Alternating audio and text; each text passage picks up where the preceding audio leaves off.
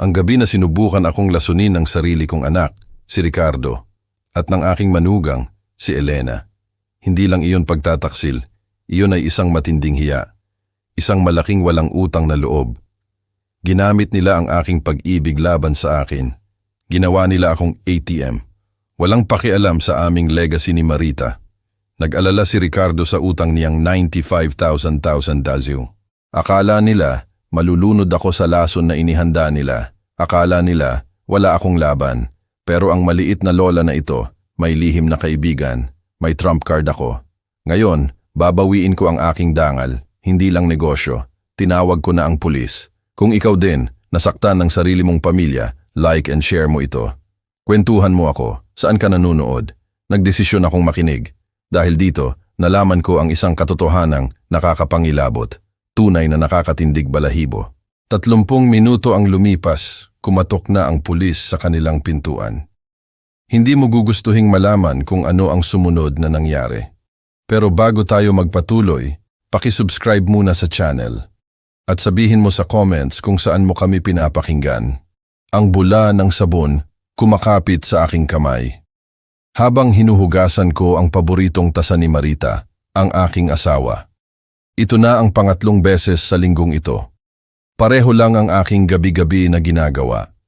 Hinuhugasan ang isang platito, isang tinidor, isang tasa. Sila ang tanda ng panibagong hapunan na nag-iisa. Ang kusina parang napakalawak at napakatahimik ngayon. Wala na kasi ang pagkanta niya habang nagluluto. Wala na rin ang mahinahon niyang pagsaway dahil nagkakalat ako ng dyaryo sa lamesa. Maingat kong pinunasan ang tasa. Pagkatapos, inilagay ko ito sa dish rack. Nandoon lang ito, parang isang dambana ng aming nakaraang masayang panahon. Ang ref, umuugong lang ng malungkot. Puno iyon ng kumupas na mga litrato, nakakabit sa iba't ibang magnet. Pero ang mata ko, hinanap agad ang litrato ni Ricardo. Noong nagtapos siya sa high school, 17 taong gulang pa lang.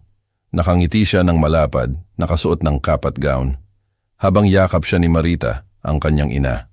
Bago ang mga away, bago ang pera, bago ang matinding pananahimik, biglang umingay ang telepono. Parang kutsilyo na humiwa sa aking alaala. Ang basang kamay ko, nagmadaling kumuha ng dish towel. Patuloy ang pag-iingay ng telepono. Ang teleponong nakakabit sa dingding, naramdaman kong malamig sa aking palad. Inangat ko ito. Sinilip ko ang caller ID sa aking salamin sa mata. Ang numerong nakita ko, nakapagpabigat sa aking paghinga. Si Ricardo. Sandali akong hindi nakagalaw. 1 taon ng pananahimik ang pumagitna sa amin. Parang karagatan yon na napakalalim. Ang huli naming pag-uusap, padabog siyang umalis. Nang tumanggi akong pautangin siya para sa investment opportunity niya. Mas maganda sana ang paghawak ni Marita sa sitwasyong ito. Alam niya kasi palagi ang tamang salita. Hello? Ang boses ko, parang mas magaspang kaysa sa inaasahan ko. Dad? Ang boses ni Ricardo, may halong pag-aalala. Katulad noong bata pa siya, kapag may nasira siyang mahalagang bagay. Hindi niya alam kung gaano siya kalaking gulo. Ako ito. Lalo kong hinigpitan ang hawak sa telepono. Ang puso ko kumakabog ng malakas sa dibdib ko. Ricardo, hindi ko inaasahan. Alam kong matagal na. Tumigil siya. Narinig ko ang paghinga niya. Masyadong matagal na. Dahan-dahan akong umupo sa aking armchair. Ito ang upuan na pinilit ni Marita na bilhin namin. Dahil, ayon sa kanya, tama ang suporta nito sa likod ko. Ang balat niyon, makinis na dahil sa taon-taon na panunood ng balita at Sunday crosswords. Kumusta ka, anak? Ayos ako, sobrang ayos. Si Elena at ako, nag-usap kami. Na-realize namin kung gaano ka namin namimiss na nandito sa tabi namin. Kung gaano namin namimiss ang pamilya. Ang salitang pamilya na natili sa hangin sa pagitan namin. Pamilya, isang bagay na kami noon, pero ang pagmamataas, pera at matigas na pananahimik nagtayo ng mga pader sa pagitan namin. Namimiss ko rin iyon, pag-amin ko. Nagulat ako sa katapatan ng sarili kong boses. Dad, gusto mo bang kumain ng hapunan ngayong gabi. Ginagawa ni Elena yung pot roast na gusto mo. Pwede tayong mag-usap, talagang mag-usap, tulad ng dati. Tinitigan ko ang family photo sa aking side table. Si Ricardo, si Elena, si Marita, at ako. Sa kanilang kasal, 5 taon na ang nakalipas, bago nagkagulo ang lahat. Palaging sinasabi ni Marita, ang pamilya, nagkakabalikan din na yan. Bigyan lang ng tamang oras. Ngayong gabi? Hindi ko na itago ang pagtataka ko. Alam kong biglaan, Dad. Pero nagluto na si Elena. Hindi na namin gustong maghintay pa. Sapat na ang nasayang naming oras. May isang bagay sa boses niya na humila sa puso ko. Isang kahinaan na naaalala ko noong bata pa siya at takot sa kulog. Siguro tama si Marita. Siguro talaga, gumagaling ang pamilya. Anong oras? Ang narinig kong sinabi ko. 7:30. Ite-text ko sa iyo ang address. Lumipat kami sa Ayala Alabang last year. Ayala Alabang, mamahaling lugar iyon. Pero palaging ambisyoso si Ricardo. Pupunta ako, Dad. Lumiwanag ang boses niya. Salamat sa pagbibigay sa amin ng isa pang pagkakataon. Pagkababa ko ng telepono, umupo lang ako. Hinihawakan ko ang litrato ng pamilya sa aking nanginginig na kamay. Nakangiti si Marita sa akin mula sa frame. Halos marinig ko ang bulong niya. Oras na, Jose. Oras na para umuwi. Ang katahimikan pagkatapos ng tawag, pakiramdam ko ay kakaiba. Puno yon ng posibilidad, hindi na ng kawalan. Maingat kong ibinalik ang family photo sa side table. Tumayo ako mula sa aking upuan na may layunin. Isang bagay na hindi ko naramdaman sa loob ng maraming buwan. Ibang-iba ang gabing ito. Ngayong gabi, babalik sa akin ang aking anak. Sa itaas, parang museo ng alaala ang kwarto namin. Ang pabango ni Marita, nakahanay pa rin sa kanyang dresser. Ang alikabok, sumasayaw sa haring liwanag ng hapon. Dumaan ito sa aming kurtina, binuksan ko ang aking aparador. Inalis ko ang pang-araw-araw na damit, hanggang sa makita ko ang navy suit na nakasabit sa plastic. Ang tela, matibay sa aking mga daliri. Wool blend iyon. Ipinilit ni Marita nang sorpresahin niya ako nito para sa graduation ni Ricardo. Kailangan mo ng magandang damit para sa mga importanteng okasyon, aniya noon. Habang inaayos ang lapels gamit ang maingat niyang kamay. At napaka-importante ang pagtatapos ng ating anak. Dinala ko ang suit sa kama. Dahan-dahan kong inalis ang balot. Naalala ko kung gaano ako ka-proud noong naglalakad ako sa auditorium. Si Marita, nakayakap sa braso ko. Habang pinapanood namin si Ricardo na tumawid sa entablado. Ito ring suit na ito ang nagdala sa akin sa mga job interview, sa aming anibersaryo, at sa libing ni Marita. Ngayong gabi, saksihan nito ang isa pang milestone. Ang mainit na tubig sa shower, nagpagaan sa mga kalamnan ko. Hindi ko namalayan na nanigas pala ang mga ito. Habang nag-shave ako, nakita ko ang refleksyon ko. May pag-asa ang mga mata ko. Kailan pa ako tumanda ng ganito? Ang mga guhit sa paligid ng mata ko, lumalim na. Ang pilak, nangingibabaw na ngayon sa aking sentido. Mapapansin kaya iyon ni Ricardo? Makikita kaya ni Elena kung gaano ako ka-lonely? Ang koloni ni Marita, nasa counter pa rin ng banyo. Doon ko lang iyon iniwan pagkamatay niya. Chanel No. 5. Regalo niya sa sarili niya tuwing Pasko. Sandali kong hinawakan ang bote. Pagkatapos kinuha ko ang sarili kong aftershave. Ang ilang alaala, masyadong mahalaga para hiramin lang. Nagbihis na ako at handa na. Sinuri ko ang sarili ko sa huling pagkakataon. Ang suit, maayos pa rin ang fit. Bagaman, marahil ay medyo maluwag na. Kumuha ako ng isang bote ng aged whiskey mula sa cabinet. Ito ay peace offering. Isang bagay para tulay sa mga sakit ng nakaraan at sa pag-asa sa kinabukasan. Nag-text si Ricardo. 247 Elmwood Drive, Ayala Alabang. Hindi na ako makapaghintay na makita ka, Dad. Tumawag ako ng Uber.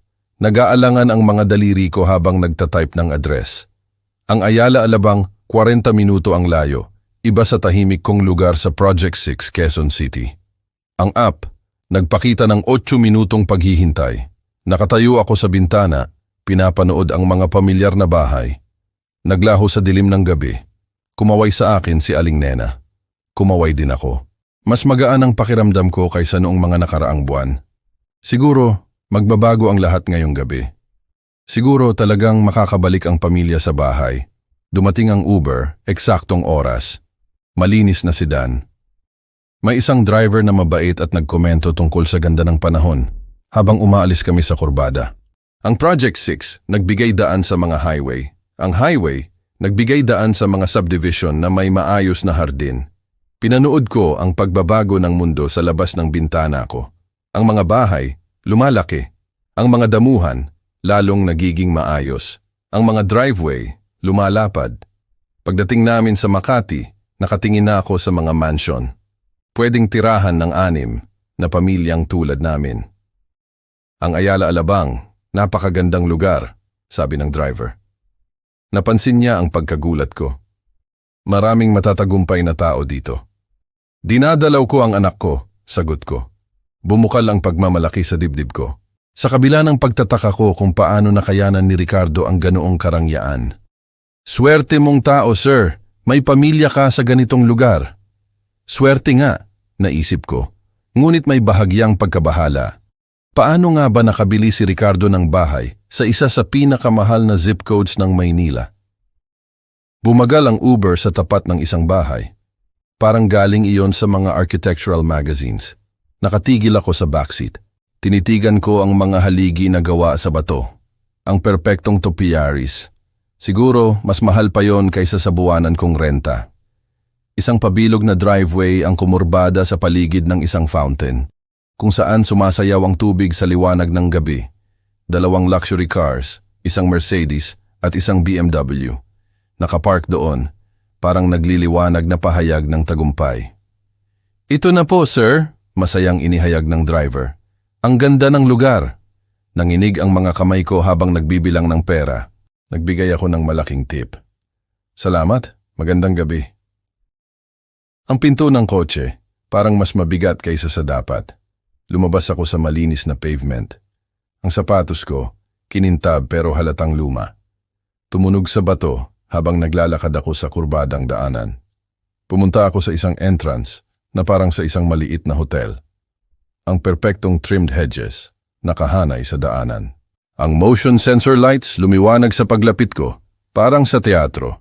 Bago ko pa man hawakan ang brass doorbell, bumukas ang malaking pintuang oak. Isang babae, mestiza, may edad, may mabait na mata at may uban. Nakatayo siya sa pinto. Nakaitim na damit na nagpapahiwatig ng professional housekeeper. Ang ngiti niya tila totoo. Ngunit may kumislap sa likod ng kanyang mga mata. Pag-aalala, babala. Mabilis na naglaho ang ekspresyon. Nagtaka ako kung guni-guni ko lang iyon. Mr. Jose, anya ng mainit. Tumabi siya para papasukin ako sa isang foyer. Ang buong sala ko parang aparador lang kumpara dito. Ako po si Maria. Sobrang excited sina Mr. Ricardo at Miss Elena na nandito po kayo. Ang interior, kinuha ang hininga ko. Ang marble floors, nakaunat hanggang sa isang kurbadang hagdanan. Parang sa mga pelikula tungkol sa mayayamang tao. Ang crystal chandeliers, nagbigay ng mainit na liwanag sa mga oil paintings. Mukhang orihinal at mamahalin. Ang mga sariwang bulaklak, tunay, hindi yung mga artipisyal na paborito ko. Pinuno ang hangin ng banayad na pabango. Dad! Ang boses ni Ricardo, umalingaw-ngaw mula sa loob ng bahay. Ang mga yapak niya, umalingaw-ngaw habang papalapit siya. Lumabas siya sa foyer, mukhang modelo ng magazine. Mamahaling suit, perpektong gupit. Ang nangipin niya, sigurado akong hindi ganoon kaputi noong graduation niya. Nang abutin niya ako, ang yakap niya, parang desperado. Tumagal ng medyo sobra. Ang ganda ng itsura mo, sabi niya. Umatras siya para pag-aralan ako. Ang mga mata niya, tila nagpapasalamat at nag-aalala. Ang ganda talaga. Lumabas si Elena sa tabi niya. Parang isang kaakit-akit na aparisyon. Naka-silk dress na siguro, mas mahal pa kaysa sa kotse ko. Ang makeup niya, walang depekto. Ang alahas niya, banayad pero halatang mahal.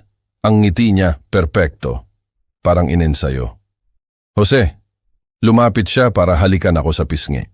Binalot niya ako sa mamahaling pabango. Ang ganda ng itsura mo. Sobrang saya namin na nandito ka. Pinilit kong ngumiti. Overwhelmed pa rin ako sa kaluhuan sa paligid namin. Ang lugar na ito, kahanga-hanga. Real estate, mabilis na putol ni Ricardo. Ang tawa niya, medyo masyadong maliwanag. Naabutan lang namin ang market sa tamang oras. Swerte lang. May isang bagay sa tono niya ang nagpabigat sa akin. Pero kinakabig na ako ni Elena sa braso. Halika na, Dad. Magpahinga ka muna. Maria, pakikuha ang coat ni Mr. Jose. Ibinigay ko ang jacket ko. Ang pinakamaganda ko. Pero parang luma sa paligid na ito. Tinanggap ito ni Maria. May isa pa siyang ngiti, mabait pero nag-aalala. Naglaho siya papunta sa isang coat closet. Siguro kasing laki ng isang maliit na pamilya. Nagdala ako nito, sabi ko. Inialay ko ang bote ng whiskey na maingat kong pinili. Akala ko, pwede nating i-share. Lumiwanag ang mukha ni Ricardo nang tingnan niya ang label. Dad, napakaganda nito. Hindi mo na sana kailangan pero salamat at dinala mo. Pinalakpak niya ang balikat ko. Ang sigla niya, tila medyo pilit. Nagluto si Elena buong hapon. Naalala niya kung gaano mo kamahal ang pot roast. Paano naaalala ni Elena ang paborito kong pagkain? Nag-share kami ng 3 o 4 na beses lang na kumain sa loob ng 5 taon. Wala akong maalala na pinag-usapan namin ng pot roast. Pero napakainit ng ngiti niya, kaya't isinantabi ko ang iniisip ko. Napakabait mo, sinabi ko sa kanya. Totoo iyon, sa kabila ng pagtataka ko. Ang pamilya, nag-aalaga ng pamilya, sagot niya ng banayad. Iyan ang pinakamahalaga. Inakay kami ni Ricardo patungo sa dining room. Ang lakad niya, may kumpiyansa. Ngunit may isang bagay na masikip sa paligid ng kanyang mga mata. Nawala si Maria sa lalim ng bahay. Iniwan kami sa perpektong tagpo na ito ng reunion ng pamilya habang naglalakad kami sa mga silid na parang galing sa mga decorating magazine. Sinubukan kong ipagkasundo ang malinaw na kayamanan na ito. Sa anak ko na humingi sa akin ng pera 1 taon lang ang nakakaraan. Ang dining room bumukas sa harap namin, parang sa isang period drama. Ang mahogany table nakahanda para sa 4. May tsina na kumikinang sa liwanag ng chandelier. Ang pilak kumislap laban sa puting lino. Ang amoy ng pot roast, amoy na amoy mula sa labas ng mga pinto. Siguro, papunta sa kusina na mas malaki pa sa apartment ko. Napakaganda nito, bulong ko. Totoong nagulat ako. Ngumiti si Elena. Gusto namin na maging espesyal ang gabing ito. Gusto naming magsimulang muli, Jose. Lahat tayo. Habang hinihila ni Ricardo ang upuan ko, gaya ng isang taong sanay sa formal na hapunan, naisip ko, sana ay nakikita ito ni Marita. Ang kanyang anak, nagtagumpay, nakahanap ng tagumpay, lampas sa aming simpleng pangarap. Siguro, magiging proud siya. Siguro, aprubahan niya ang pagkakataong ito sa pagkakasundo. Ang crystal glasses, nakahuli sa mainit na liwanag ng chandelier. Naghahagis ng maliliit na bahaghari sa starched white linens. Ang pilak, kumislap laban sa bone china, laban sa mas mahal pa siguro sa buwanan kong renta. Ang bawat setting ng plato, parang artwork. Maraming tinidor, nakaayos ng maingat. Ang cloth napkins, nakatupi sa perpektong taluktok. Kahanga-hanga ito, bulong ko. Hinihimas ang pinakintab na gilid ng mahogany table. Ngumiti si Ricardo. Ang pinakamahusay lang para sa reunion ng pamilya. Hindi ba, Dad? Umupo si Elena sa kaliwa ko. Habang si Ricardo, sa kanan ko. Ang ayos, parang sinadya. Silang dalawa, nakaposisyon para mapanood ang bawat reaksyon ko, para gabayan ang bawat pag-uusap. Lumabas si Maria, tahimik, mula sa kusina. May dalang delicate appetizers na nakaayos na parang maliliit na eskultura. Simulan natin sa whiskey mo, inihayag ni Ricardo. Binuksan na niya ang bote na dinala ko. Ang amber liquid, kuminang habang nagbubuhos siya ng malaking bahagi. Sa mabibigat na crystal tumblers, ito ang tawag para sa isang proper toast. Inabot niya sa akin ang isang baso. Mas puno kaysa sa ibubuhos ko para sa sarili ko. Ang init ng whiskey kumalat sa dibdib ko. Tinaas ni Elena ang kanyang baso ng alak. Para sa pamilya, Anya. Ang ngiti niya nagniningning. sa kapatawaran at mga bagong simula. Para kay Marita, dagdag ni Ricardo. Ang boses niya medyo nautal. Gusto niya na magkasama tayong ganito. Matamis ang pakiramdam ng whiskey habang umiinom kami. Palaging sinasabi ni Marita, ang alak, nagpapaluwag sa dila at puso. Ngayong gabi, napapalibutan ng ganitong kayamanan. Nagtataka ako, ano kaya ang iisipin niya sa marangyang pagpapakita na ito? Kwentuhan mo kami tungkol sa mga restaurant, sumandal si Elena. May tila tunay na interes. Sabi ni Ricardo, nagtayo ka ng empire mula sa wala. Empire, masyadong bongga ang salitang iyan. Uminom pa ako. Pakiramdam ko, hindi pangkaraniwan akong nagre-relax. Matiyaga lang na trabaho at pananalig sa tao. Palaging sinabi ni Marita, tratuhin ang empleyado parang pamilya. Ang customer, parang kaibigan. Huwag kang maging modest, Dad. Nag-refill si Ricardo ng baso ko. Bago ko pa mapansin na wala na pala laman. 7 lokasyon na ngayon. Kahanga-hanga iyan sa anumang pamantayan. 7. Inalala niya pala. Kahit noong panahon ng pananahimik namin. May isang bagay na mainit ang kumalat sa dibdib ko. Siguro, mas nagmamalasakit siya kaysa sa naisip ko. Nagsilbi si Maria ng soup course. May maingat na kahusayan, ngunit napansin kong nanginginig ng bahagya ang mga kamay niya. Habang inilalagay niya ang mangkok sa harap ko, mayaman na lobster bisque sa delicate porcelain, isa pang paalala. Kung gaano kalayo ang tinahak namin, mula sa simple kong kusina sa Project 6. Naiisip mo ba na magretiro? Kaswal na tanong ni Elena. Hinihiwa niya ang tinapay. Bawasan mo na ang trabaho mo. Ang mga restaurant, pinapanatili akong busy. Ito ang binuo namin ni Marita. Nakita ko ang sarili ko na umiinom ng mas malaya kaysa sa dati. Ang kombinasyon ng magandang kumpanya at masarap na alak. Nagpagaan sa mga inhibitions na pinananatili ko sa loob ng maraming buwan. Bawat lokasyon may bakas ng kamay niya. Nagpalitan ng tingin sina Ricardo at Elena. Nagkunwari akong hindi napansin. Tila nag-uusap sila ng walang salita. Tulad ng ginagawa ng mga mag-asawa pagkatapos ng maraming taon. Hinawakan ni Elena ang kamay ko ng sandali. Ang kanyang mga daliri malamig sa aking balat. Pero hindi ka pwedeng magtrabaho habang buhay, marahang pilit ni Ricardo. Naisip mo na ba ang succession planning? Ang mga legal na arrangement para sa kinabukasan? Ang tanong, tila kakaiba. Pero ang alak, ginawa ang lahat na parang walang mali siya. Isang araw sa isang pagkakataon, anak. Isang araw sa isang pagkakataon. Lumabas si Maria dala ang main course. Pot roast na amoy, eksaktong tulad ng recipe ni Marita. Paano nalaman ni Elena? Ilang beses lang kaming kumain ng magkasama sa loob ng maraming taon. Perpekto ito. Totoo kong sinabi sa kanya. Eksaktong-eksakto sa pagluluto ng asawa ko. Ang ngiti ni Elena, parang ipininta. Gusto ko na maging espesyal ang gabing ito para ipaalala sa iyo na ang pamilya, nag-aalaga ng pamilya. Habang kumakain kami, nagkwento si Ricardo tungkol sa mga real estate ventures niya. Bagaman, ang mga paliwanag niya na natiling malabo. Si Elena, nagtanong ng mga tiyak na tanong. Tungkol sa operasyon ng restaurant, profit margins, halaga ng property. Ang kuryosidad nila matindi, halos professional. Uminit ang silid habang nagpapatuloy ang gabi. Ang ulo ko, pakiramdam ko ay mas magaan kaysa sa dapat dahil lang sa 2 baso ng whiskey. Masarap na pagkain, magandang kumpanya at ginhawa. Dahil sa pagkakasundo, wala nang iba pa. Chinek ni Ricardo ang relo niya. Noong akala niya, hindi ako nakatingin. Binantayan ni Elena ang pag-inom ko. Parang isang bartender na sumusubaybay sa regular na customer. Si Maria, gumagalaw sa pagitan ng kusina at dining room. May nerbiyos na kahusayan. May nahulog siyang tinidor. Tumunog sa marmol na sahig. May isang bagay na gumugulo sa aking isip.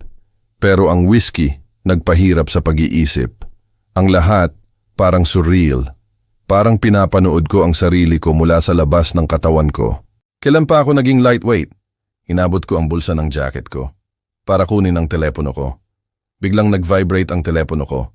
Natigilan ako habang nagsasalita. Sorry, bulong ko. Tumingin ako kina Ricardo at Elena. Baka manager lang ng gabi, may routine question. Pero ang numero sa screen ko, hindi ko kilala. Isang local area code. Pero ibang digit. Sumimangot ako. Ang hinlalaki ko, naka-hover sa notification. Ang mga emergency sa restaurant, galing sa pamilyar na numero. Si Miguel, Sarah, Tony. Nag-buzz ulit ang telepono. Mas mapilit. Ayos ka lang ba? Tanong ni Ricardo. Sumandal siya ng may labis na pag-aalala. Hindi pamilyar na numero lang. Bahagya kong tinakpan ang screen ng napkin ko. Dahil sa isang instinct na hindi ko maipaliwanag, ang text message lumabas sa malalaking letra. Tumayo ka at umalis. Ngayon, huwag kang magsabi ng kahit ano sa anak mo. Nanlamig ang dugo ko. Ang eleganteng dining room parang tumagilid. Hindi ko alam kung gulat iyon o ang whiskey. Pinasa ko ulit ang mensahe. Sigurado akong nagkamali ako ng pagkakaintindi. Parehong salita, parehong mapilit na utos. Dad! Ang boses ni Elena tila galing sa malayo. Namumutla ka, ayos ka lang ba? Pinilit kong ngumiti. Isinilid ko ang telepono sa bulsa ko. Ang mga kamay ko nanginginig. Ayos lang. Masyadong masarap lang ang pagkain. Parang mas mahirap sa tiyan ko kaysa sa inaasahan. Pero hindi ako ayos. May isang hindi kilalang tao na may private number ko. Alam kong nasaan ako. Napilitan siyang bigyan ako ng babala. Tungkol saan? Tungkol kay Ricardo?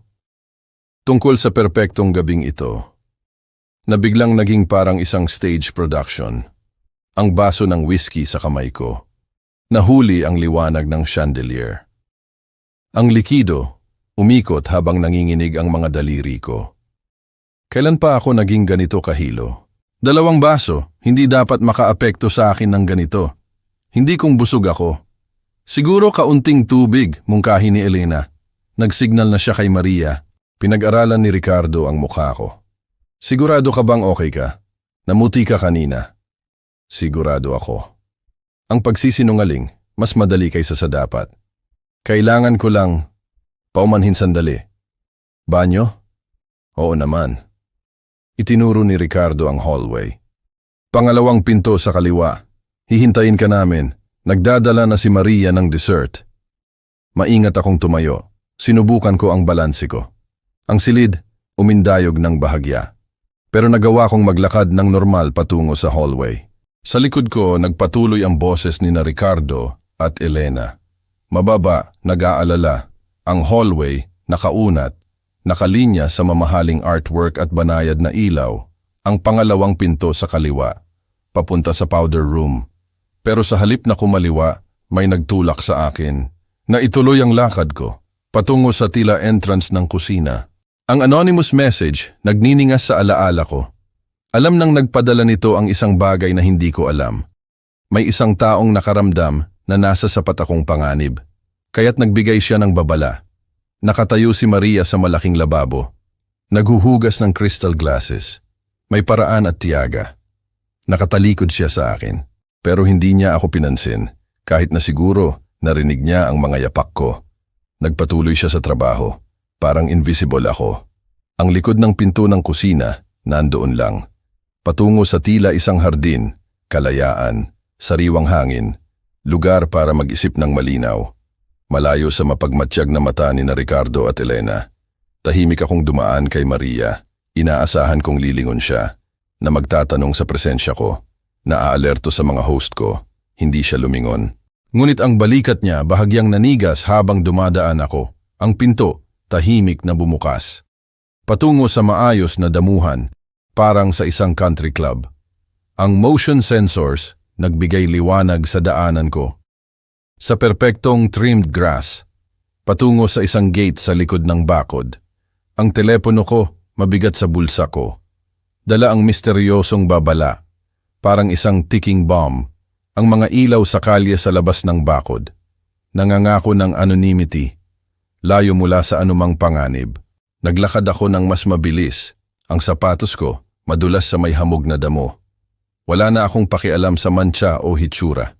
Bumukas ang gate, patungo sa isang tahimik na residential street, nakalinya sa mga mansyon, tahanan ng mga milyonaryo, at ng kanilang mga sikreto. Kinuha ko ang telepono ko. Nanginginig ang mga daliri ko. Binuksan ko ang ride-sharing app ko. Nag-request ng pickup, isang bloke ang layo. 10 minuto bago dumating. 2 minuto para magdesisyon kung ako ba ay paranoid o pinoprotektahan ko ang sarili ko. Mula sa isang tunay na bagay, ang Uber, lumabas ang headlight sa dulo ng bloke. Parang isang lifeline. Umakyat ako sa backseat. Binigay ko sa driver ang address ko sa Project 6. Agad kong denial ang numero na sumira sa gabi ko. Tumunog iyon ng 2 beses. Bago sumagot ang isang boses, maingat, anonymous, sadyang neutral. Inasahan ko na tatawag ka. Sino ito? Ang boses ko, mas magaspang kaysa sa dapat. Bakit mo ako binabalaan? Hindi ko pwedeng ibunyag ang sarili ko, pero nasa agarang panganib ka ngayong gabi. Imposible iyan. Naghahapunan ako kasama ang anak ko. Isang paghinto na masyadong matagal. Pagkatapos, ang anak mo may utang na 95,000 do sa mga taong bumasag ng buto kapag huli ang bayad. Sumilip ang Uber driver sa rearview mirror niya. Siguro nagtataka kung bakit biglang tumahimik ang pasahero niya.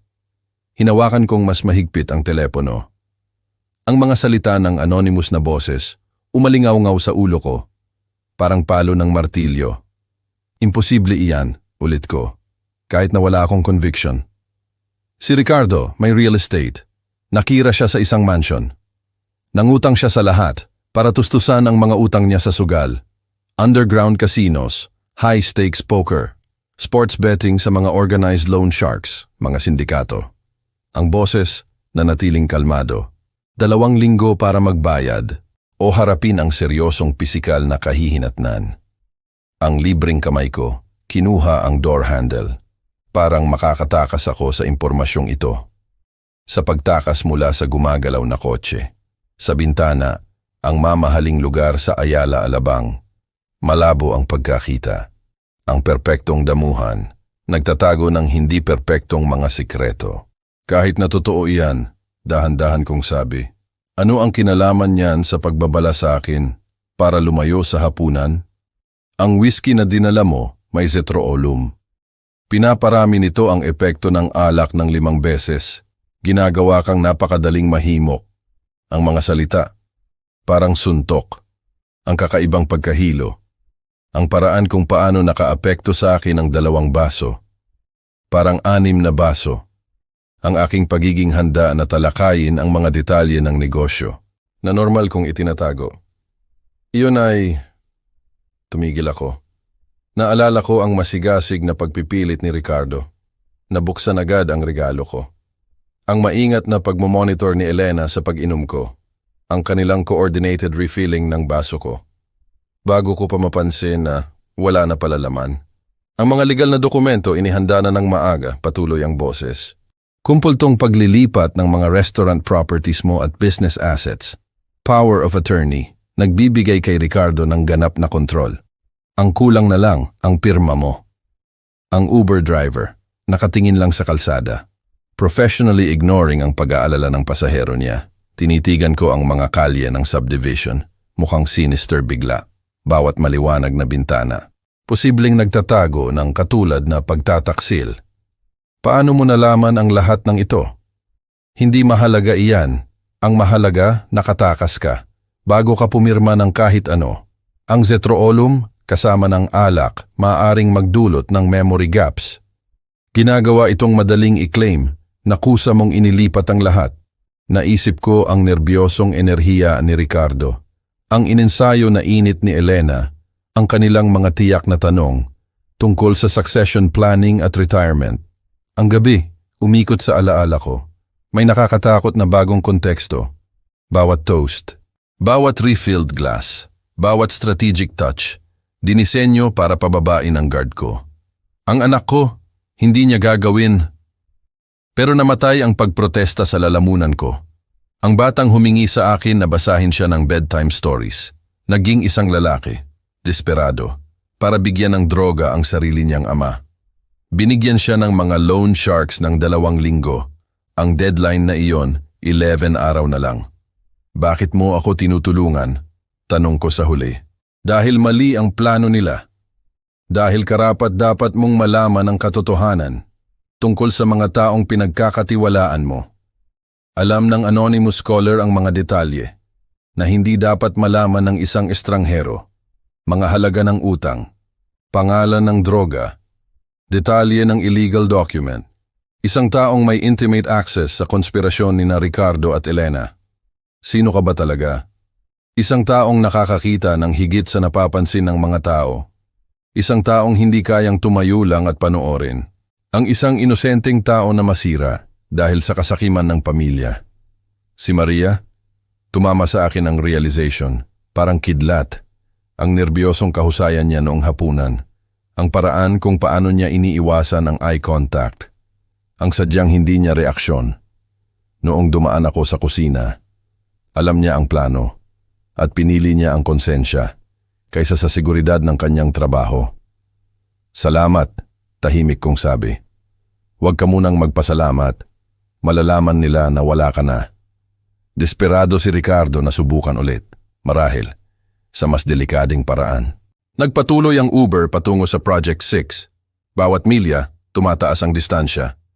Sa pagitan ko at ng anak na akala ko, kilala ko. Ang telepono ko, nagpakita ng 3 missed calls mula kay Ricardo. Siguro, nagtataka kung bakit ang tagal ko sa banyo. Ano ang dapat kong gawin? Protektahan ang sarili mo, magpalit ng mga kandado, ipaalam sa mga abogado mo, ilipat ang financial assets sa mga account na hindi maabot ni Ricardo. Alam niya ang negosyo mo, lahat ng vulnerability, lahat ng routine. Nahuli ng driver ang mata ko sa salamin. Sir, nasa kalagitnaan na tayo papuntang Project 6. Ayos ka lang ba dyan sa likod? Tumango ako. Hindi ako nagtitiwala sa boses ko. Mula sa telepono, naririnig ko ang anonymous na tumatawag. Huminga ng matatag. Naghihintay sa susunod kong tanong. Magte-testify ka ba kung umabot ito sa korte? Hindi ako pwedeng, pero ang katotohanan, may sariling paraan para lumabas. Kapag naghukay ang mga tao ng malalim, 3 pang missed calls ang lumabas sa screen ko. Ang panik ni Ricardo, lumalaki, habang ang minuto sa banyo naging halatang kawalan. Sa lalong madaling panahon malalaman niya na sadyang tumakas ako. At ang desperasyon, gagawin siyang delikado. Mag-ingat ka ng mabuti, babala ng boses. Ang mga desperadong tao, gumagawa ng mga desperadong pagpili. 11 araw na lang ang deadline ni Ricardo para makahanap ng 95,000 gaos o harapin ang mga kahihinatnan na mas masahol pa sa bankruptcy. Natapos ang tawag. Iniwan akong mag-isa, kasama ang soft jazz ng Uber driver at ang bigat ng kumpletong pagkasira ng pamilya. Sa isang gabi, nagkaroon ako ng anak at nawala ulit siya. Nalaman ko ang presyo ng tiwala at ang halaga ng naivety. Nag-buzz ang telepono ko. May text mula kay Ricardo. Dad, nasaan ka? Nag-aalala kami. Tinitigan ko ang mensahe. Pagkatapos, binura ko. Nang walang sagot, ang lalaking nagpadala ng mga salitang iyon. Nagplano na i-dope ako at nakawin ang lahat. Nabinuo namin ni Marita. Nilunok ng Uber driver ang lalamunan niya. Sir, papalapit na tayo sa tulay ng San Juan. Gusto mo pa rin bang pumunta sa original na address? Tumingin ako sa mga ilaw ng lungsod na nagre-reflect sa madilim na tubig. Pagkatapos tumingin ako ulit sa telepono ko. Ang ruta papuntang Ayala Alabang available pa rin sa GPS ko. Ang kaligtasan nasa unahan sa Project 6 pero ang komprontasyon naghihintay sa likod. Sa Makati, sa unang pagkakataon sa buhay ko, kailangan kong pumili sa pagitan ng pagprotekta sa sarili ko at pagprotekta sa natitira sa pamilya ko. Ang pamilyar na skyline ng Project 6. Inaanyayahan ako sa windshield ng Uber. Nangangako ng kaligtasan. Sa ginhawa ng luma kong armchair, kung saan naninirahan ang alaala ni Marita sa bawat hibla. Pero ang kaligtasan, parang cowardice ngayon. Alam kung ano ang kayang gawin ni Ricardo. Kapag tumama ulit ang desperasyon, kinuha ko ang litrato ng kasal ni Marita sa wallet ko. Ang mga gilid, malambot na dahil sa maraming taon ng paghawak. Ang ngiti niya, kasing ningning ng araw na nangako kami na magtatayo kami ng isang bagay na makabuluhan. Hindi siya tatakbo, bulong ko sa kanyang imahe.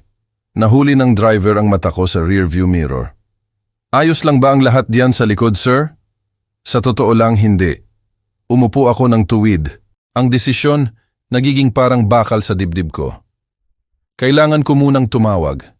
Pagkatapos, babaguhin natin ang destinasyon. Nanginginig ang mga daliri ko habang nagdadial ako ng 911. 2 ring. Pagkatapos, isang professional voice. Emergency services.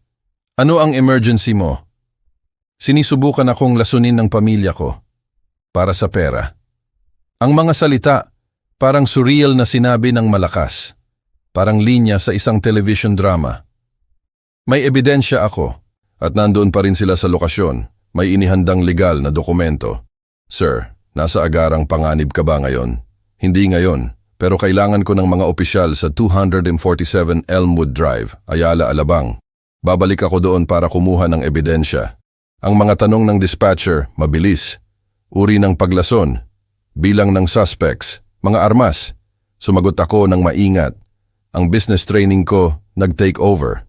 Malinaw na katotohanan, mga tiyak na detalye, actionable information. Nasa ruta na ang mga opisyal. Estimated arrival, 20 minuto.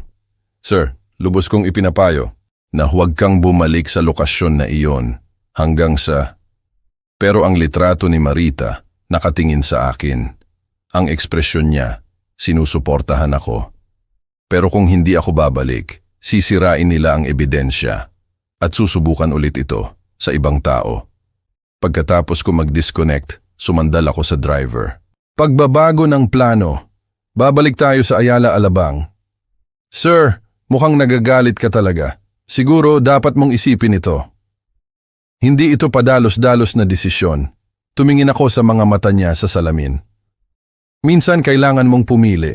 Sa pagitan ng maging ligtas at gawin ang tama. Ang pagbabalik, kakaiba ang pakiramdam.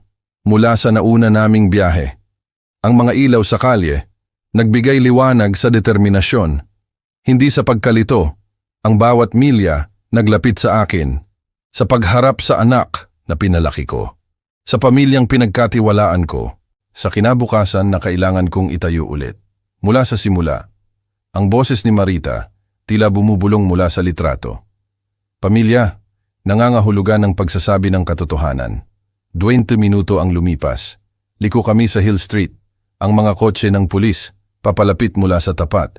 Patay ang mga ilaw. Pero halatang opisyal. Ang puso ko, kumabog sa dibdib ko. Nalaman ko na ito ay talagang nangyayari.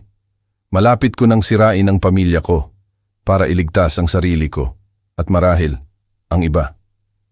Maghintay ka sa kanto, sabi ko sa driver. Medyo matatagalan ito. Ang paglalakad pataas sa kurbadang driveway. Parang papalapit sa isang execution. Ang perpektong labas ng mansion. Nagtago ng kalkuladong kasamaan. Ng desperadong pagtataksil. Nanginginig ang kamay ko habang inaabot ang doorbell. Oras na para harapin ang anak ko. Ang tunog ng doorbell, umalingaw-ngaw sa mansion. Parang death knell. Ang mga yapak, mabilis na lumapit.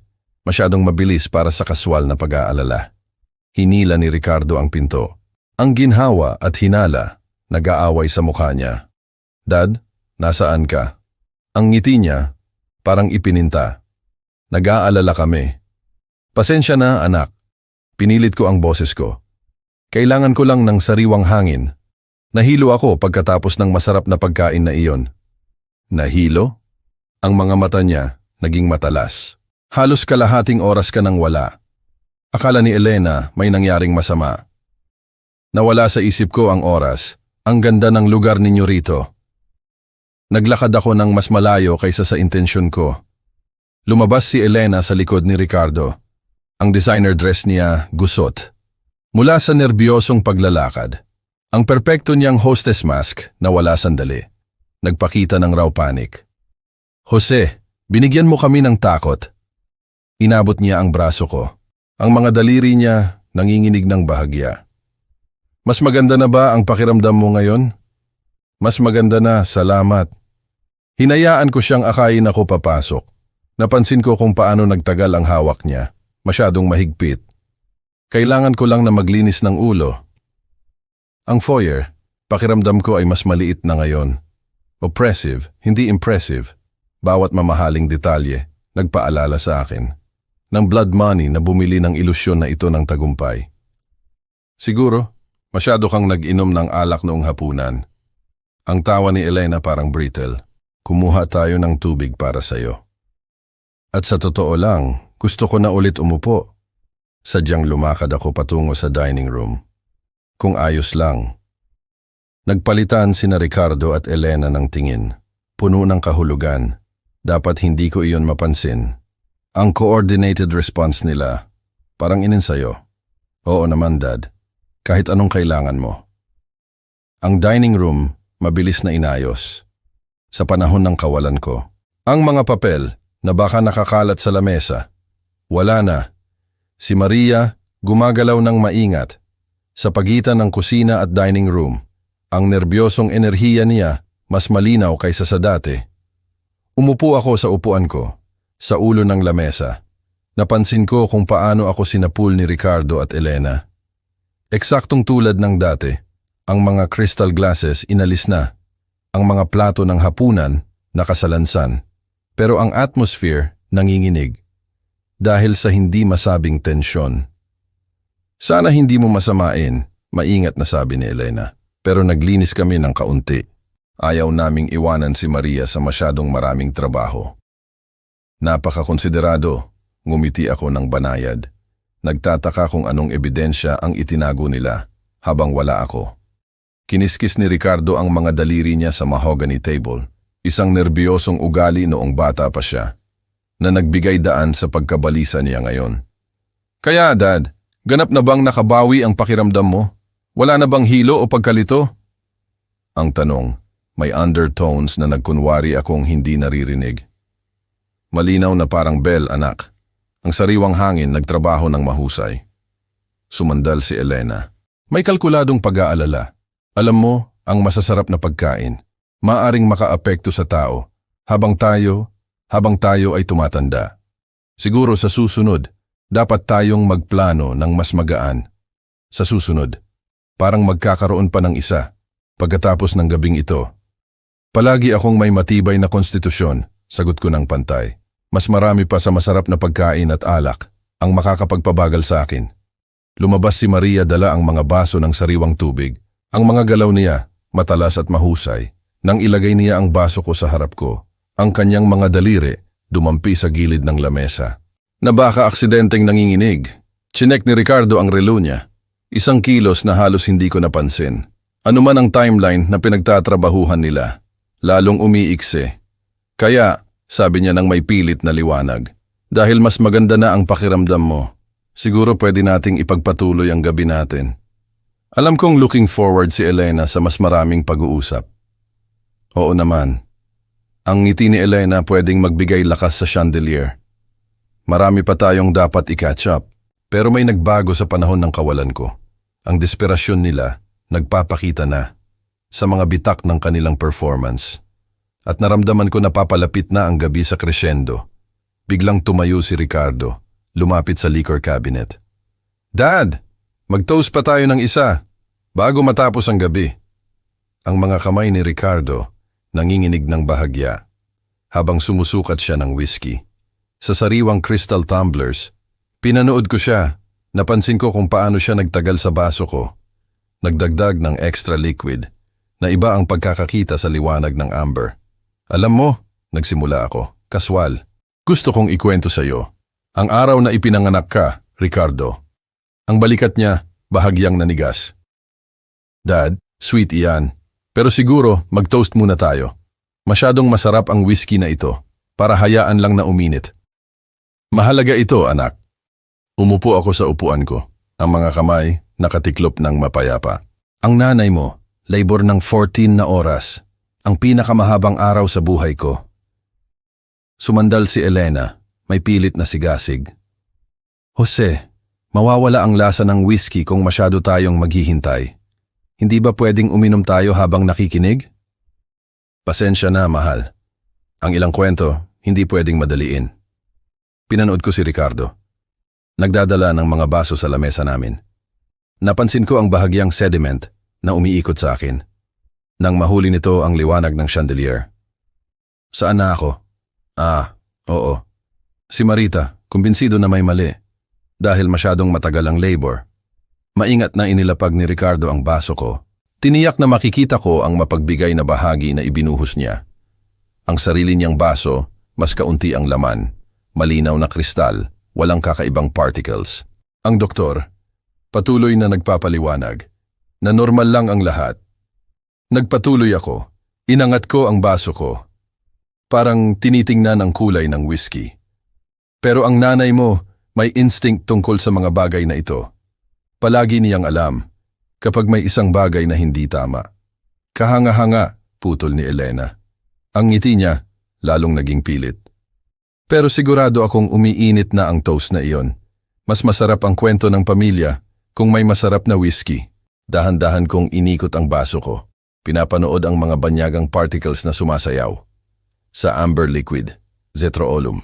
Ayon sa aking anonymous caller, sapat para maging compliant ako. Suggestible. Vulnerable sa pagpirma. Ng lahat ng binuo namin ni Marita. Tama ka tungkol sa pag-savor ng masarap na whiskey, sumang-ayon ako. Inilapit ang baso sa labi ko, nang hindi umiinom. Palaging sinabi ni Marita, ang tiyaga, nagpapasarap sa lahat. Kumibot ang mata ni Ricardo. Dad, 10 minuto ka nang nagsasalita, umiinit na talaga ang whiskey. Mabilis lumipas ang oras, kapag nagbabahagi ka ng alaala. Nag-gesture ako ng malapad, gamit ang kilos para maiwasan na uminom talaga. Nasabi ko ba kung gaano kakaliit? 6 lbs lang, pero may pinakamalakas kang hawak na naramdaman ko. Biglang tumayo si Elena. Lumapit sa likod ng upuan ko. Ang mga kamay niya dumapo sa balikat ko. May practiced intimacy. Jose, napakagaling mong storyteller. Bakit hindi tayo mag-toast sa kapanganakan ni Ricardo? Pagkatapos magpatuloy ka. Ang mga daliri niya nagpilit sa balikat ko. Lalong nagiging mapilit. Naramdaman ko ang desperasyon niya. Ang plano, gumuho na. At alam nila iyon. Ang tungkol sa katigasan ng ulo, sabi ko, hawak pa rin ang hindi ko ginalaw na baso. Iyon, pwedeng maging virtue or vice.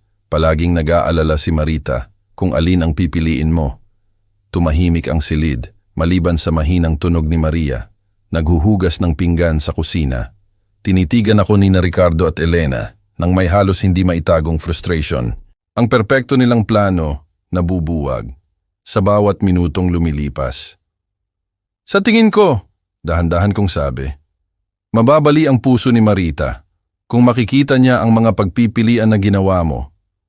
Namuti ang mukha ni Ricardo. Anong ibig mong sabihin diyan? Bago ako makasagot, 3 malakas na katok ang umalingaw-ngaw mula sa harap ng pinto. Authoritative, unmistakable. Pulis, buksan ang pinto. Ang baso ni Ricardo, nadulas sa kanyang mga daliri. Nabasag sa marmol na sahig. Ang mukha niya nawalan ng kulay.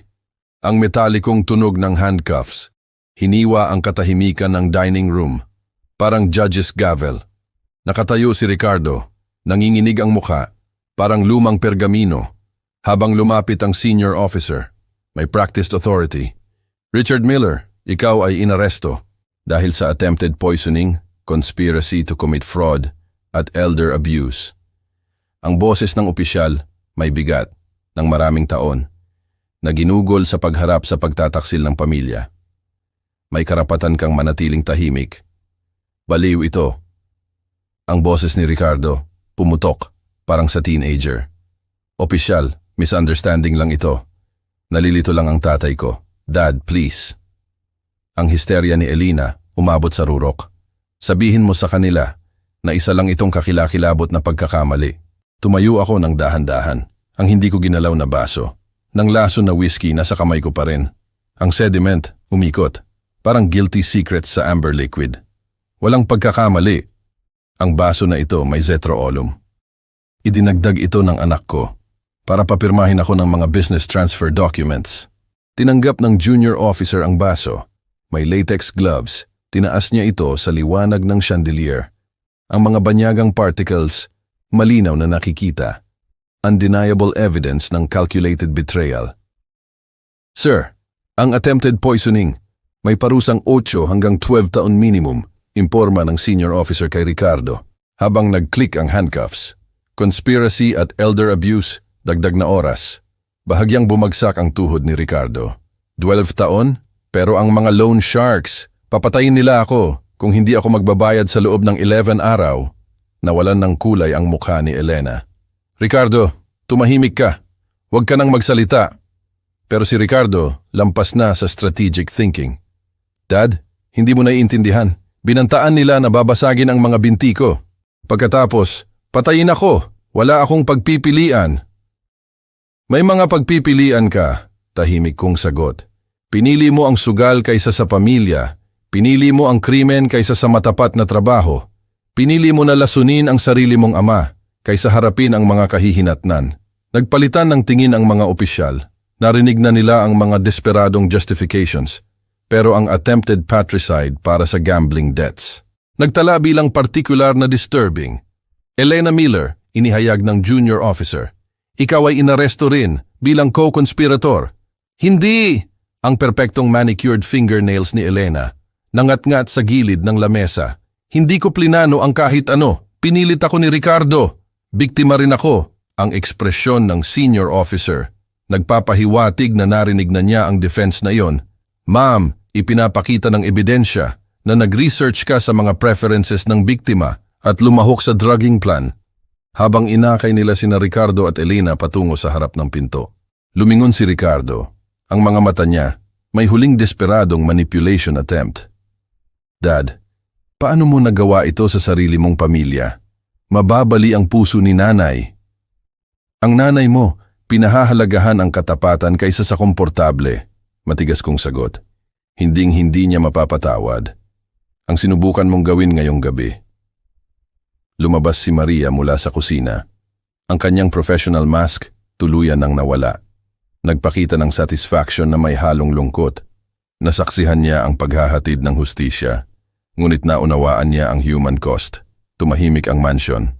Maliban sa malalayong tunog ng mga pinto ng kotse.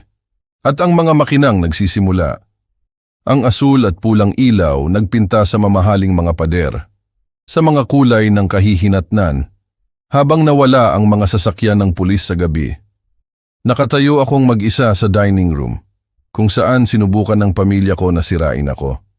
Naramdaman ko ang presensya ni Marita, parang mainit na kamay sa balikat ko. Gagawin niya ang parehong pagpipilian, ang mamahaling kristal, nakakalat. Nabasag sa marmol na sahig, ang laso na whiskey kumalat, parang spilled blood. Ebidensya kung gaano ako kalapit, na mawala ang lahat. Na pinaghirapan kong itayo, nagbuzz ang telepono ko, may huling text mula sa senior officer. Ang station processing tatagal ng 2 o 3 oras. Oras na para kumpletuhin. Ang sinimulan ko, oras na para tiyakin na ang hustisya naibigay ng tama. Ang Montclair Police Station, maingay. Late evening activity. Drunk driving arrests. Domestic disturbances. At ngayon, ang conspiracy case ng pamilya ko. Sina Ricardo at Elena nakaupo sa magkahiwalay na holding cells. Ang kanilang designer clothes, mukhang absurd, laban sa kulay abo na pader, sa pamamagitan ng salamin. Pinanood ko si Ricardo, naglilibot sa selda niya, parang caged animal. Bawat ilang minuto, sisulyapan niya kung saan ako nakaupo, nagbibigay ng statement ko. Ang ekspresyon niya, umikot. Sa pagitan ng galit at desperadong pagmamakaawa. Mr. Jose, inilapag ni Detective Harrison ang kape niya. May sadyang precision. I-walk mo ako ulit sa Zetro Olum. Paano mo nalaman kung ano ang hahanapin? Anonymous tip, totoo kong sagot. May tumawag. Nagbabala sa akin tungkol sa plano. Alam nila ang mga tiyak na detalye tungkol sa droga at sa mga epekto nito. May ideya ka ba kung sino ang taong ito? Naisip ko ang nerbyosong kahusayan ni Maria noong hapunan, ang maingat niyang pagpoposisyon para mag-obserba nang hindi tila nagmamasid. Wala akong ideya, pero sinuman siya, iniligtas niya ang buhay ko. Ang pag-iyak ni Elena, umalingaw-ngaw, mula sa women's holding area. Sa gitna ng chaos ng istasyon, ang histerya niya kitang-kita, parang isang sirena. Kasalanan lahat ito ni Ricardo, dala ng boses niya. Sumama lang ako dahil natakot ako. Tinaasan ng kilay ni Detective Harrison. Ang takot, hindi karaniwang nagpapawalang sala sa conspiracy to commit elder abuse and fraud. Natagpuan namin ang mga inihandang legal documents sa opisina ni Mr. Ricardo. Power of attorney, business transfers, ang buong package. Gaano katagal sila magseserbisyo? Ang attempted poisoning lang? 8 hanggang 12 taon. Idagdag ang conspiracy, elder abuse at fraud. Si Ricardo, tinitingnan ay 15 hanggang 20. Si Elena, maaaring mas kaunti kung makikipagtulungan siya. Pero haharap pa rin siya sa seryosong oras. Ang mga numero parang surreal. Ang anak ko gugugulin ang 40s niya sa kulungan dahil hindi niya kayang tanggapin ang responsibilidad para sa gambling addiction niya. Ang mga loan sharks na binanggit niya, patuloy ni Detective Harrison. Kailangan namin ng mga detalye tungkol sa mga banta na iyon. Maaaring makatulong, ipaliwanag ang desperasyon niya kahit na hindi iyon magpapawalang sala sa attempted murder. Sa bintana, nakita ko si Ricardo, nakaslump sa makitid na bangko ng selda niya. Ang ulo niya nasa mga kamay niya. 20 taon ng buhay ko, pagpapalaki sa kanya, pagtuturo ng tama at mali, pagbuo ng legacy na pwede niyang manahin, lahat sinira. Dahil sa kawalan niya ng kakayahan na harapin ang mga kahihinatnan tulad ng isang matanda. Dad, ang boses niya biglang umalingaw-ngaw sa istasyon nang makita niya ako sa salamin. Please, babayaran ko ang lahat. Pupunta ako sa treatment. Magbabago ako. Ang parehong mga pangako na ginawa niya noong huli naming away tungkol sa pera. Ang parehong manipulation na gumana noong mas bata pa siya at mas naive ako tungkol sa enabling destructive behavior. Mr. Jose, inobserbahan ni Detective Harrison ang pagsabog ng anak ko. Patuloy siyang susubukan na i-manipulate ka. Standard pattern sa family financial crimes. Alam ko. Palaging sinasabi ng nanay niya, masyado akong soft sa kanya. Siguro, kung naging mas matatag ako ng mas maaga. Hindi mo kasalanan, sir. Ang mga anak na may sapat na gulang, gumagawa ng sarili nilang pagpipilian. Lumabas si Elena sa bintana ng selda niya. Ang makeup may guhit sa pisngi niya, parang war paint. Jose, please, kausapin mo sila. Sabihin mo na pinilit lang ako. Ayaw kong saktan ka. Ang desperasyon niya, pamilyar. Ang parehong tono na ginamit ni Ricardo noong nahuli siya sa pagsisinungaling noong bata pa. Wala sa kanila ang tumatanggap ng responsibilidad. Parehong sinisisi ang mga circumstances na lampas sa kontrol nila. Detective, kailangan kong magtanong sa iyo ng isang mahalagang bagay. Sumandal ako. Ang desisyon nagiging kristal. Ang anonymous na taong nagbabala sa akin. Isinugal niya ang lahat para iligtas ang isang estranghero. Kung alam ko kung sino siya, gusto ko siyang tulungan. Naiintindihan, kung magpakita sila, sisiguraduhin namin na ang kanilang cooperation ay noted. Ang mga fluorescent lights ng istasyon, umuugong sa itaas, naghahagis ng malupit na anino na nagbubunyag ng katotohanan nang walang flattery. Ang perpektong fakad ng pamilya ko, gumuho ng ganap, naglantad sa desperadong criminality sa ilalim. 3 oras ang lumipas. Ang paperwork, kumpleto. Ang mga formal statements na record. Nakatayo ako sa lobby ng istasyon. Lumapit ang opisyal. May susi ng kotse. Handa na bang umuwi, Mr. Jose? Ihahatid ka namin pabalik sa Project 6. Kinuha ko ang telepono ko. Tinitigan ang numero na nagligtas sa buhay ko. Sa totoo lang, kailangan ko munang tumawag para magpasalamat sa isang taong karapat-dapat na malaman kung paano ito natapos. Tumunog ang telepono ng 2 beses bago sumagot ang isang pamilyar na boses. Hindi na nakabalat kayo ng takot, pero mainit. May tunay na pag-aalala. Ito si Maria Gonzalez. Kumusta po kayo, Mr. Jose? Maria! Bumaha ang ginhawa sa akin, parang mainit na sikat ng araw. Nandoon ka lang sa buong oras, nakita mo ang lahat, at nakahanap ka pa rin ng lakas ng loob para iligtas ako. Hindi ko po sila pinayagan na saktan ka. Tinrato mo ako ng may kabaitan. Noong tinrato ako ng anak mo at ng asawa niya, na parang furniture. Nakaupo sa lobby ng istasyon ng pulis, halos hating gabi. Nahanap ko ang sarili ko. Umiiyak sa unang pagkakataon mula noong libing ni Marita. Hindi dahil sa sakit, kundi dahil sa labis na pasasalamat. Para sa moral courage ng babaeng ito. Maria, paano mo nalaman ang tungkol sa Zetroolum? Ang mga dokumento? Lahat? 3 araw na ang nakalipas. Naglilinis ako sa opisina ni Mr. Ricardo. Nang marinig ko silang nagpaplano, nagsalita sila. Na parang hindi ako tao, na parang hindi ako makakaintindi ng Tagalog, o hindi mahalaga kung makaintindi man ako. Ang kaswal na cruelty. Tumama sa akin ng mas malakas, kaysa sa attempted poisoning. Ang anak ko, naging isang tao, na nagtanggal ng dignidad ng tao, batay sa job titles at immigration status. Tinalakay nila ang lahat, ang droga, kung gaano karami ang gagamitin, kung saan itatago ang mga papel. Nag-research si Miss Elena sa mga paborito mong pagkain, ang business routines mo, lahat ng kailangan para i-manipulate ka. Isinugal mo ang trabaho mo, posibleng deportation, para babalaan ang isang estranghero. Hindi estranghero, lumambot ang boses niya. Isang mabuting tao na nagpaalala sa akin ng tatay ko. Isang taong nagsabi ng please at thank you. At talagang tiningnan ako kapag nagsasalita. Ang opisyal ng pulis nag-gesture na handa na ang sundo ko. Pero mas mahalaga ang pag-uusap na ito kaysa sa convenience. Maria, kailangan kong magtanong sa iyo ng isang mahalagang bagay.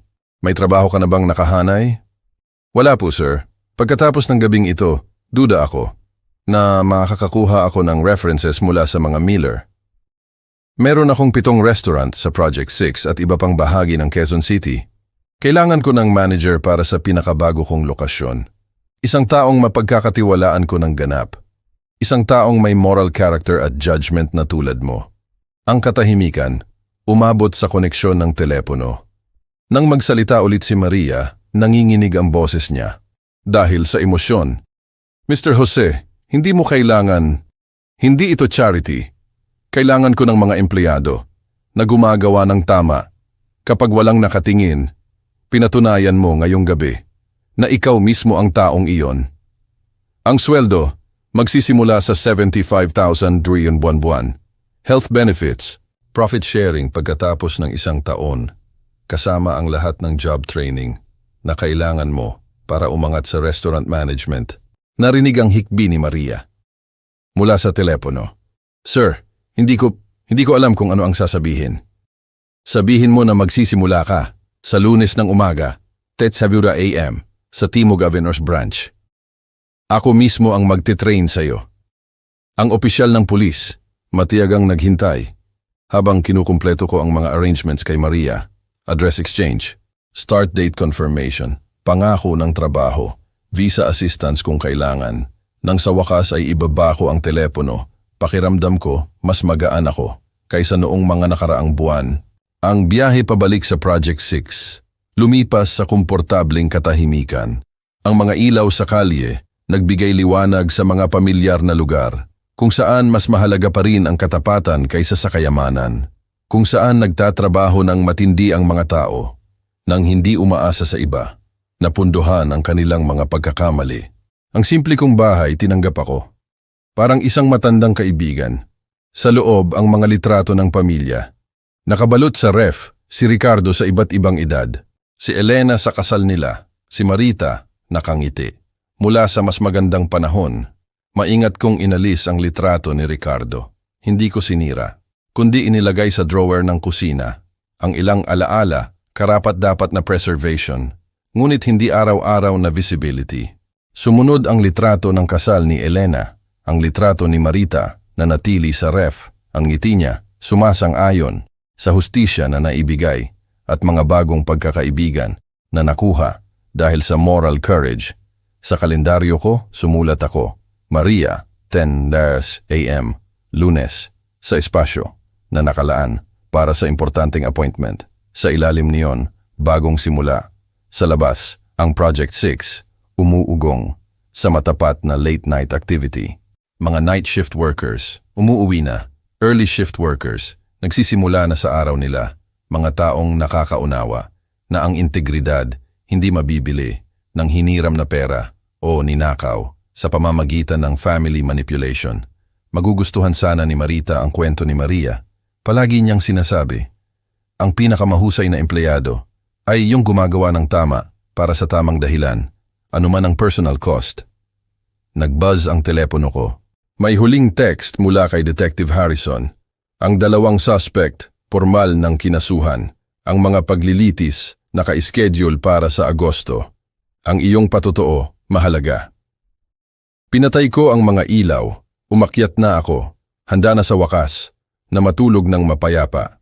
Ang bukas magdadala ng mga bagong hamon. Pero ngayong gabi, naibigay ang hustisya dahil sa mabubuting tao na gumawa ng mahihirap na pagpipilian. Sa kwarto ko ang kolona ni Marita. Nasa dresser pa rin. Isang paalala na ang pag-ibig nangangahulugan ng pagprotekta sa tao mula sa pinsala.